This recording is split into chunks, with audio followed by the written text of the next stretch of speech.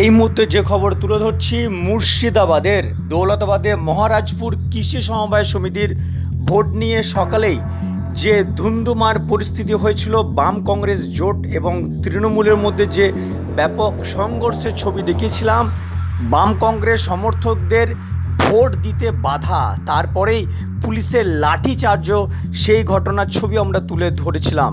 এই মুহূর্তে সেই কৃষি সমবায় সমিতির ভোটে বাম কংগ্রেস ধরাশায়ী করে দিল তৃণমূলকে।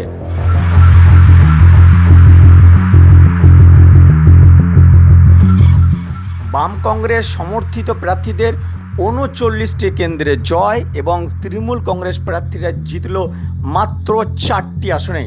সকালেই যে ধুন্ধুমার পরিস্থিতি হয়েছিল, বাম কংগ্রেস যারা সমর্থক আছে তাদেরকে ভোট দিতে বাধা, তৃণমূলের বিরুদ্ধে অভিযোগ উঠেছিল এবং তারপরে পুলিশের লাঠিচার্জ।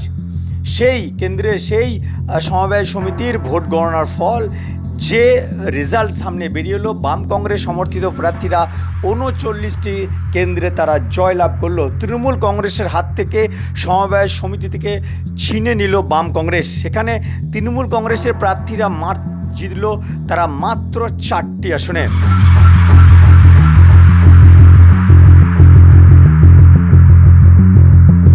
এই মুহূর্তে যে ফল সামনে প্রকাশিত হয়ে উঠল, যে বাম কংগ্রেসের বিরাট জয়, তারা ৩৯টি কেন্দ্রে তারা জয় লাভ করলো। আমরা দেখতে পাচ্ছেন যে বাম কংগ্রেসের সেই ছবি আমরা তুলে ধরছি, যে সকালেই মুর্শিদাবাদের দৌলতাবাদে যে মারদাঙ্গার মারামারি যে আমরা ছবি তুলে ধরেছিলাম, সেই সমবায় সমিতির নির্বাচনের ফলাফল কিন্তু বাম কংগ্রেস তারা কিন্তু ৩৯টি কেন্দ্রে তারা জয়লাভ করলো এবং মাত্র তৃণমূল কংগ্রেসেরা তারা 4টি আসনে তারা জয়লাভ করেছে।